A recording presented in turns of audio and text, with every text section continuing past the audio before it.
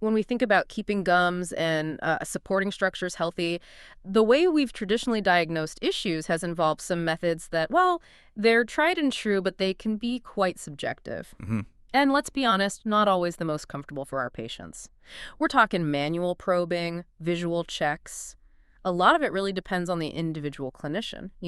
And it takes up chair time. That's a really crucial point. Okay. And it's exactly why these advancements in dental tech are so exciting.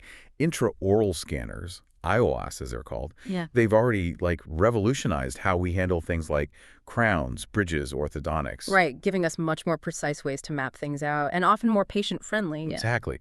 Much more accurate digital maps of the mouth. So today, the big question we're really digging into is how much are these intraoral scanners actually impacting the way we diagnose periodontal diseases?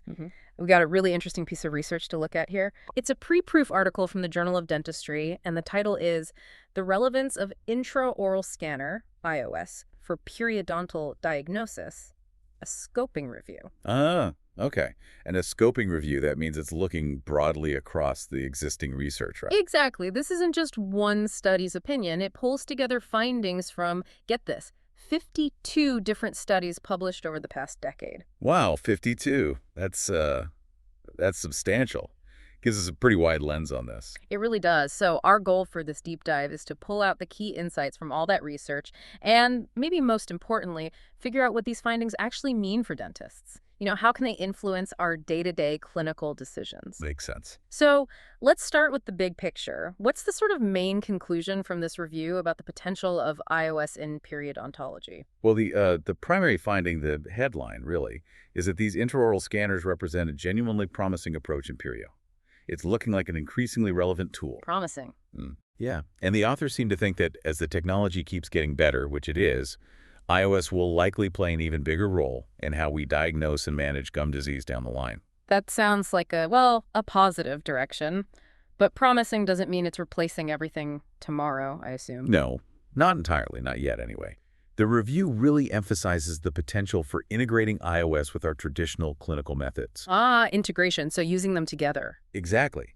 The idea is that combining them could boost diagnostic accuracy and maybe even improve overall patient management. Think of iOS as another tool in the toolkit. A potentially powerful one. Right. Offering data that's maybe easier on the patient to get and also potentially more reproducible. Reproducibility, that seems like a big deal. Moving towards more standardized assessments. Absolutely. If we can cut down on the variability that sometimes comes with manual assessments, we could get more consistent diagnostic info. But there must be caveats, right? It's not perfect yet. Correct. The review is careful to point out current limitations. For instance, there can be variability in the data you get from different iOS systems. So not all scanners are created equal, or at least the data isn't always interchangeable. Sort of. And we also need better software, specifically software for matching and analyzing this digital data effectively, especially when combining it with other images like CBCT scans. Right. So standardization across different platforms, that's going to be really essential before iOS could realistically, completely replace our conventional ways of diagnosing. Okay, so a lot of potential, definitely, but still some hurdles. Let's get into some specifics where iOS seems to be making waves. The review talks a lot about improved measurement of the gingival phenotype. Can you break that down for us? What is it and why does it matter clinically? Sure. The gingival phenotype, it basically describes the visible characteristics of the gums.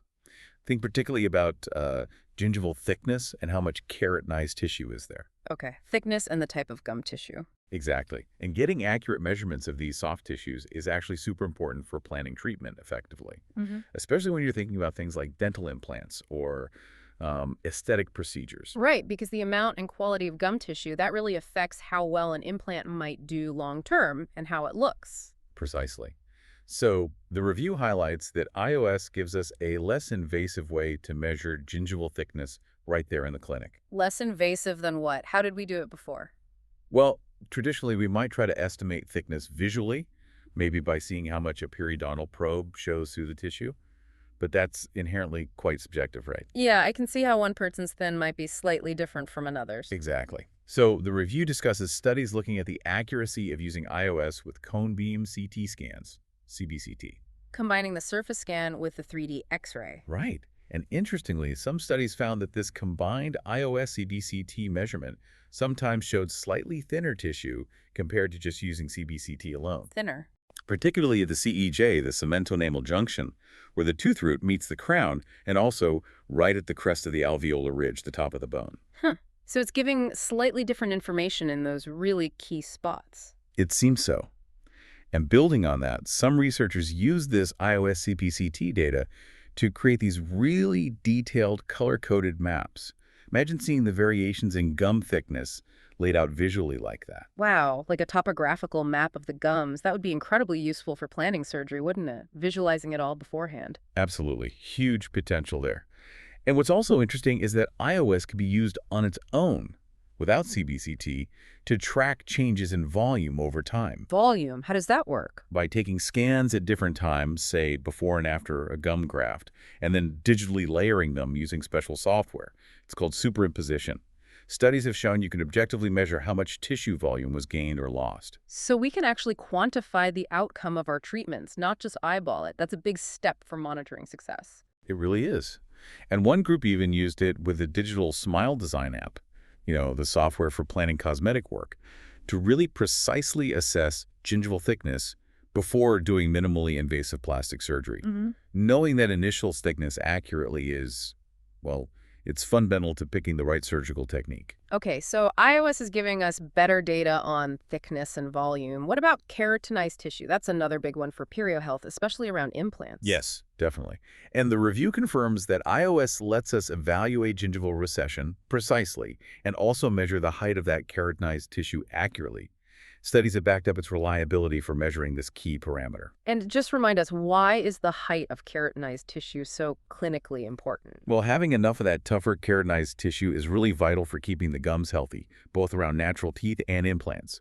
It helps stabilize the tissue, acts as a protective barrier over the bone, and makes it easier for patients to clean effectively. Right, it makes the area more resilient. Exactly. So the accuracy of iOS here can directly help us make better decisions about, say, implant placement, or if some sort of grafting might be needed. Makes total sense. The review also mentions papillary height and the buccolingual profile. How does iOS help there? Yeah, a few studies looked into using iOS for those more, let's say, subtle aspects. Papillary height is the gum peak between teeth, and the buccolingual profile is the shape of the gum from the cheek side to the tongue side. Important for aesthetics, I imagine. Very much so. Getting those details right, ensuring natural contours, especially in the front of the mouth where it's visible, it's valuable for achieving the best aesthetic outcomes and also for really meticulous implant planning. So helping us get not just healthy results, but results that look natural and pleasing too. Precisely. And while a lot of the focus is on soft tissue, some research, as the review notes, has combined iOS and CBCT to look at the thickness of the actual bone underneath, giving an even fuller picture of the whole periodontal setup. A comprehensive phenotype assessment. Right.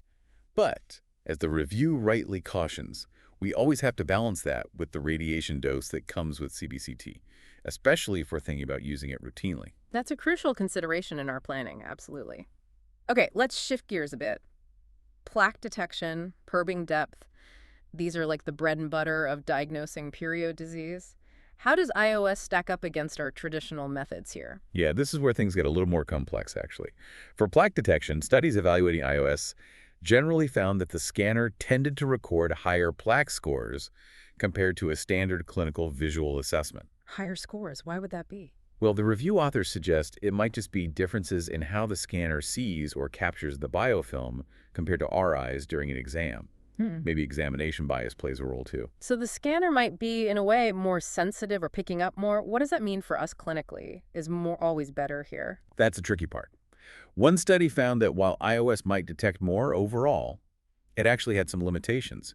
It struggled to clearly visualize plaque on the very back surfaces of molars, and also what they called immature plaque. Ah, so it's not perfect yet? Maybe good for some things, but missing others. Potentially. It suggests that while iOS could enhance plaque assessment, maybe make it more objective in some ways, it probably doesn't give the complete picture with the current tech. So room for improvement. Definitely. The review suggests Future software updates, maybe bringing in AI, could help improve detection, especially in those tricky spots like between the teeth. Okay, so promising for plaque detection, maybe, but sounds like we're sticking with our disclosing solution and visual checks for now. What about probing depth? That's such a cornerstone measurement. Yeah, absolutely fundamental. And interestingly, the review only found one study that directly assessed probing depth using IO, and that was by combining it with CBCT and superimposing the images. Just one study, and what did it find? It found the average difference between the digital measurement and traditional clinical probing was less than 1 millimeter. Less than a millimeter. That sounds pretty close. Does that mean iOS could replace probing soon? Well, based on the evidence gathered in this review, the conclusion is pretty clear. iOS cannot replace traditional probing for diagnosing periodontal disease. Not yet. Why not if the depth measurement is close? Because probing gives us more than just a depth number, right? We get that tactile feedback, feeling the root surface, detecting calculus, and crucially, we assess bleeding on probing BOP, which is a key sign of active inflammation. Ah, right. The scanner can't tell you if it bleeds. Exactly. iOS alone doesn't provide that critical information. So for now, traditional probing, it remains absolutely essential in our diagnostic workflow. Got it. Probing gives us that tissue response info. Okay, let's move to an area where iOS seems to really shine, periodontal aesthetics. Yes, absolutely.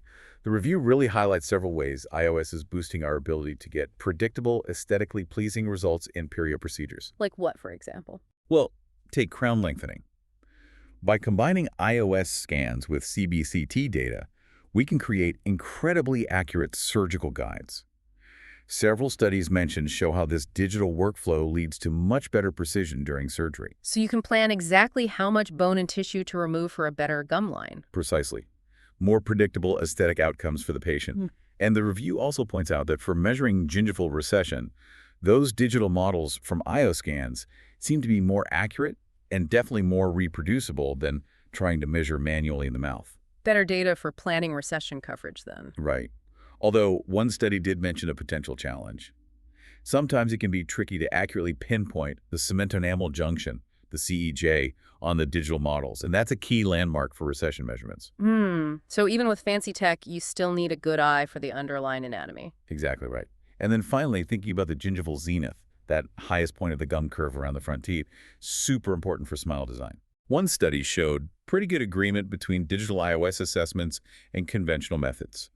So it suggests iOS is a useful tool for planning treatments related to getting that zenith position just right. Okay, so definitely sounds like iOS is becoming a really valuable player in achieving predictable aesthetic success in perio treatments. What about implants? How's it being used there? It's proving really valuable in implant dentistry too, especially for planning and keeping an eye on the soft tissues around implants, particularly in the front of the mouth, the aesthetic zone. Makes sense. That's where looks matter most. Right. And when you use it with CBCT, as we mentioned, you get these detailed 3D volumetric assessments of both the bone and the gums. That's incredibly helpful for complex cases, maybe where you need some tissue grafting. It leads to more predictable implant placement overall. So you can really visualize how that implant's going to sit in the tissue before you even start surgery. Exactly. Plus, iOS can help detect even really subtle, soft tissue changes around implants over time.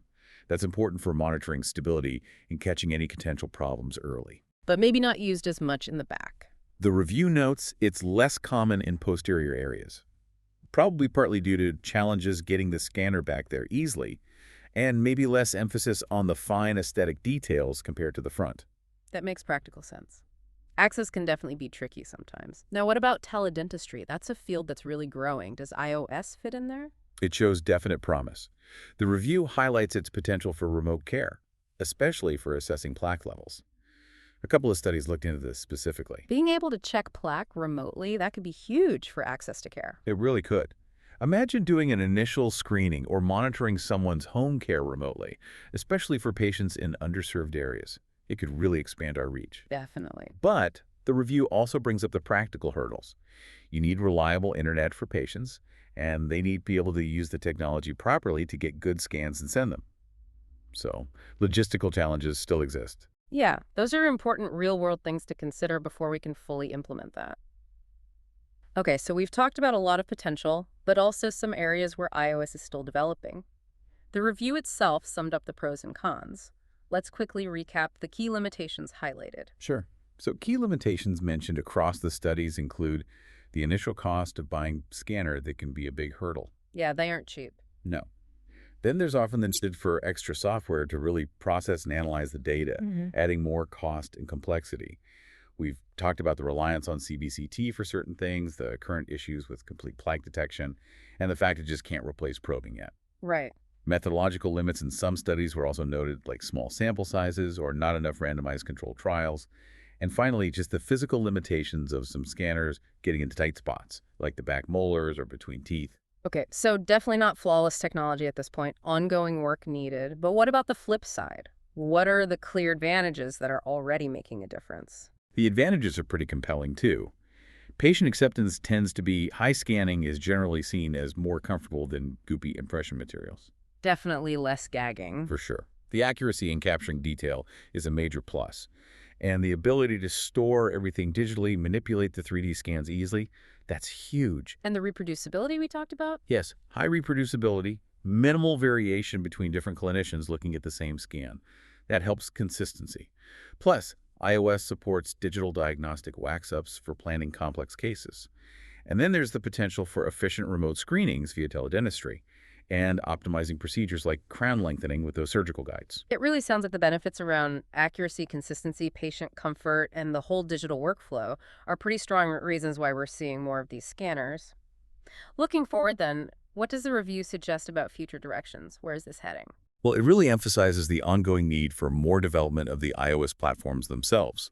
Things like refining the software algorithms, improving the tools that match iOS scans with CBCT data, and, importantly, integrating artificial intelligence. Ah, AI. That seems to be popping up everywhere. How could AI help here? It could be a game changer. Imagine AI software that gets much better at automatically detecting plaque from a scan, or precisely measuring key perio parameters without manual input, maybe even helping track disease activity over time by comparing scans. Wow, that would automate a lot and potentially improve accuracy. Potentially, yes.